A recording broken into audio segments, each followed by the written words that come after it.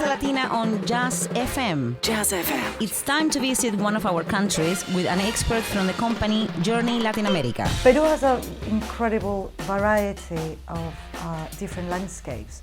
It's the biodiversity. In one country you have the coastal plains where you have a desert. The Atacama Desert that is very famous in Chile goes all the way up to Peru as well. You have the Andean region where you have the famous Machu Picchu, come on, one of the wonders of the world. Who wouldn't like to go there? You also have the jungle. So you have a variety of things to see in terms of geography, but also you have an incredible variety of culture as well. History is fundamental in Peru. I would send you to Lima to start with, because it's the capital city you need to visit. It's the heart of the historical part. It's, historically speaking, it's very interesting.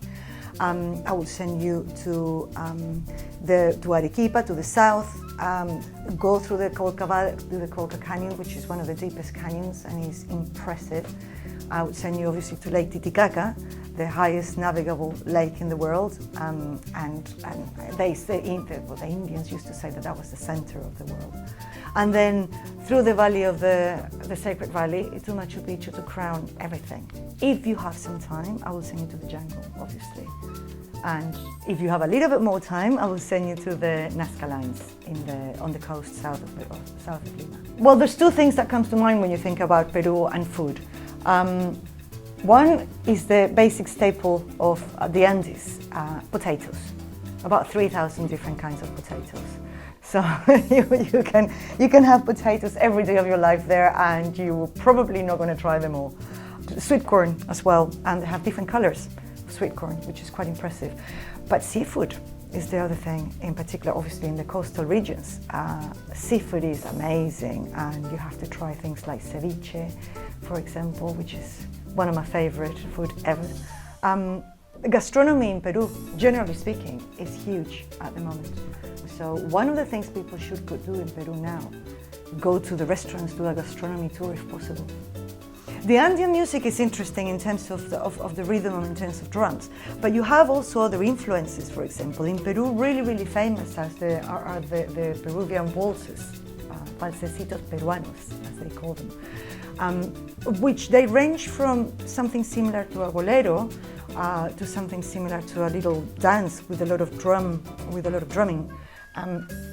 The dancing of them is quite interesting as well. So you have a guitar and you have the drum.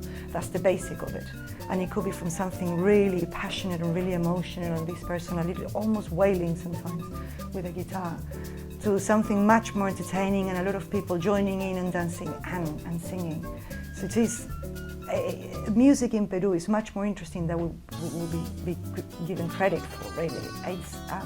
It's a kind of dance, a little bit, that resembles like a slow samba, as it were, and it sounds similar to the cumbia in Colombia and even to the cueca in Chile. It's something in between.